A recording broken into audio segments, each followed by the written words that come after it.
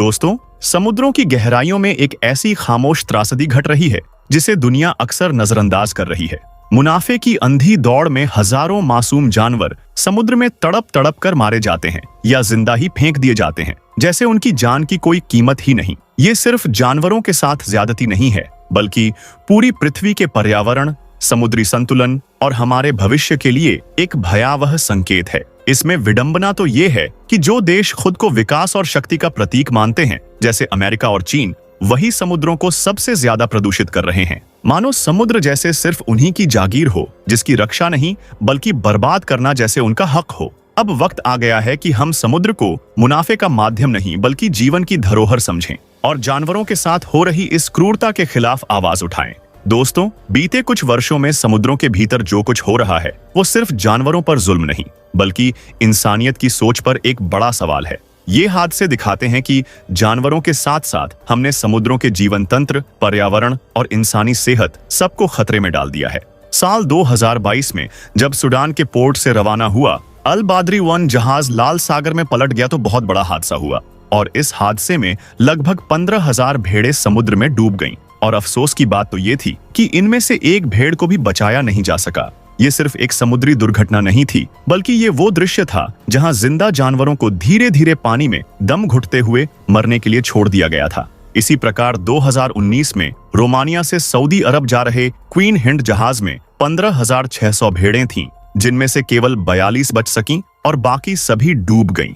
ये सिर्फ एक घटना नहीं बल्कि जानवरों के लिए क्रूरता का एक ग्लोबल उदाहरण बना। ऐसे ही 2020 में गल्फ लाइवस्टॉक 1 नामक जहाज, जिसमें लगभग 5,918 गायें थीं, वो जहाज भी चीन की ओर जाते समय तूफान की चपेट में आकर डूब गया। उस जहाज के साथ न केवल हजारों निर्दोष जानवर समुद्र में समा गए, बल्कि इससे निकलने वाला जैविक कचरा समुद्री जीवन और प्राकृतिक संतुलन के लिए एक धीमा जहर बन गया। इसी तरह 2009 में MV डैनी एफ नामक जहाज में 26,000 से अधिक जानवर भूमध्य सागर में समा गए और इस दर्दनाक घटना ने ये दिखाया कि समुद्र अब न केवल व्यापार का रास्ता है बल्कि पशुओं की कब्रगाह भी बनता जा रहा है। साल 2025 तक दुनिया भर में ऐसे दर्जनों छोटे बड़े हादसे सामने आए हैं जहां जानवरों को समुद्र में या तो दुर्घटना के कारण या जानबूझकर उतार दिया गया और ये सिलसिला आज भी जारी है। इन घटनाओं का सबसे घातक प्रभाव समुद्री जीवन पर पड़ा है। जब हजारों मरे हुए जानवर समुद्र में सड़ते हैं तो इससे उत्पन्न होने वाले विषैले रसायन केवल मछलियों, कोरल रीफ्स और समुद्री पक्षियों को नहीं मारते, बल्कि वो समुद्र की गहराई में ऑक्सीजन स्तर को इतना कम कर देते हैं कि वहां जीवन असंभव हो जाता है। इस प्रक्रिया को वैज्ञानिक भाषा में डेड जोन कहा जाता है और 2025 की एक संयुक्त राष्ट्र की रिपोर्ट के अनुसार ऐसे मृत समुद्री क्षेत्र अब दुनिया में 450 से अधिक स्थानों पर फैले हुए हैं, जिनमें सबसे अधिक अमेरिका, चीन और यूरोपीय देशों के तटवर्ती क्षेत्र शामिल हैं। आज अमेरिका और चीन विकास के साथ साथ समुद्री प्रदूषण के भी सबसे बड़े जिम्मेदार देश बन चुके हैं। अमेरिका की तेल आधारित शिपिंग इंडस्ट्री, प्लास्टिक वेस्ट और सैन्य परीक्षणों ने प्रशांत और अटलांटिक महासागर को अत्यधिक प्रदूषित कर दिया है, जबकि चीन की ओवरफिशिंग, अनियंत्रित औद्योगिक निकासी और गहरे समुद्र में निर्माण परियोजनाओं ने पूर्वी चीन सागर और दक्षिण चीन सागर को स्थायी संकट में डाल दिया है। इसके विपरीत भारत, रूस, अरब देश, इजराइल और यूरोप के कुछ देश समुद्र की सफाई और पारिस्थितिकी संरक्षण के लिए सक्रिय पहल कर रहे हैं। भारत ने स्वच्छ समुद्र अभियान के तहत 2023 से अब तक 900 टन से अधिक समुद्री प्लास्टिक कचरा हटाया है।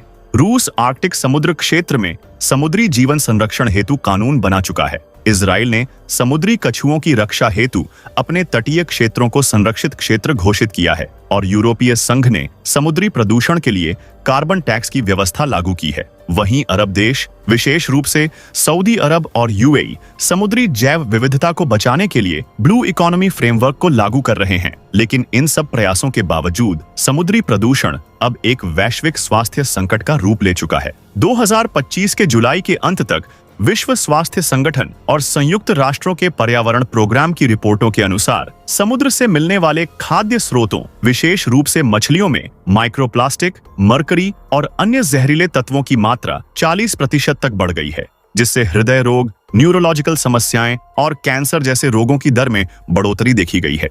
भारत, फिलीपींस, जापान और केन्या जैसे समुद्री खाद्य निर्भर देशों में अब समुद्री खाद्य खपत को लेकर चेतावनियां जारी की जा रही हैं और यूरोपीय उपभोक्ता समूहों ने शेलफिश और टूना मछलियों में जहरीले तत्व पाए जाने पर उन्हें अस्वीकृत करना शुरू कर दिया है।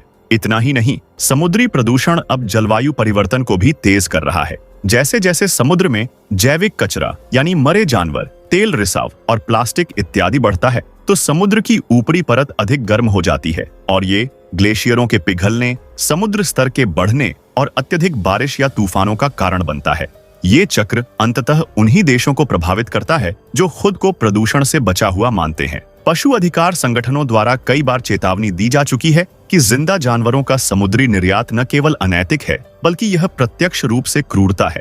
जानवरों को दिनों दिनों तक बिना ताजे पानी, भोजन और हवा के जहाजों में बंद करके रखा जाता है। उन्हें लोडिंग और अनलोडिंग के दौरान पीटा जाता है और कभी-कभी अगर जहाज ओवरलोड हो जाए तो जहाज को बचाने के लिए उन्हें सीधे समुद्र में फेंक दिया जाता है। ये सब उस लाभ के लिए किया जाता है जो अंतर्राष्ट्रीय मांस बाजार से जुड़ा है, पर इसकी कीमत जानवरों के प्राणों और समुद्री जीवन की बर्बादी के रूप में चुकानी पड़ती है। विश्व पशु स्वास्थ्य संगठन OIE, संयुक्त राष्ट्र के महासागर आयोग और समुद्री कानून विशेषज्ञ वर्षों से मांग कर रहे हैं कि जिंदा जानवरों के समुद्री व्यापार को पूरी तरह से रोका जाए और इसके स्थान पर प्रोसेस्ड मीट ट्रेड को प्राथमिकता दी जाए, जिससे न केवल जानवरों की पीड़ा घटेगी बल्कि समुद्र भी साफ रहेंगे। नीति स्तर पर भी अब समय आ गया है कि समुद्री मालवाहक जहाजों पर जैविक वस्तुओं मतलब कि विशेष रूप से जानवरों की सीमाएं तय हों और हर देश समुद्री पारिस्थितिकी की रक्षा हेतु समुद्री अधिकारों की वैश्विक संहिता यानी ओशन चार्टर ऑफ राइट्स पर हस्ताक्षर करे। भारत को चाहिए कि वो अपनी ब्लू इकोनॉमी रणनीति को और अधिक पारदर्शी और प्रभावी बनाए। अमेरिका और चीन को चाहिए कि वो अपने औद्योगिक और सैन्य समुद्री परीक्षणों को सीमित करें और यूरोपीय देशों को अनावश्यक समुद्री ट्रैफिक को नियंत्रित करना होगा। अरब देशों को समुद्र में गिराए जा रहे प्लास्टिक और तेल कचरे पर निगरानी बढ़ानी चाहिए और रूस और इजराइल को अपनी रक्षा परियोजनाओं को पर्यावरणीय दृष्टिकोण से फिर से मूल्यांकित करना चाहिए। समुद्र सिर्फ एक व्यापार का रास्ता या पर्यावरण का हिस्सा नहीं है, ये करोड़ों जीव जंतुओं, वनस्पतियों और इंसानों के लिए जीवन की असली रेखा है। लेकिन अगर हम समुद्र को लगातार मरे हुए जानवरों, प्लास्टिक, तेल और जहरीले कचरे से भरते रहेंगे तो वो दिन दूर नहीं जब समुद्र से मिलने वाला हर संसाधन, चाहे वो पानी हो, खाना हो या हवा, सब जहर बन जाएगा। इसलिए अब ये सिर्फ पर्यावरण की समस्या नहीं रही बल्कि ये एक मानवता से जुड़ा और वैश्विक स्वास्थ्य का गंभीर संकट बन चुका है। जिंदा जानवरों को समुद्र में बहाना केवल अमानवीय व्यवहार नहीं बल्कि सीधा सीधा मानवता के खिलाफ अपराध है और इसे तुरंत रोका जाना बेहद जरूरी है।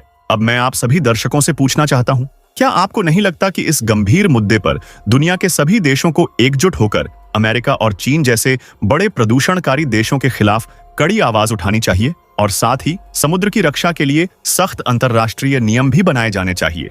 अपनी राय नीचे कमेंट में जरूर बताएं, क्योंकि आपकी आवाज भी इस बदलाव का हिस्सा बन सकती है। जाने से पहले वीडियो को लाइक करें, शेयर करें और ऐसी ही और वीडियोस के लिए इस चैनल को सब्सक्राइब करके बेल नोटिफिकेशन को भी ऑल पर सेट कर लें।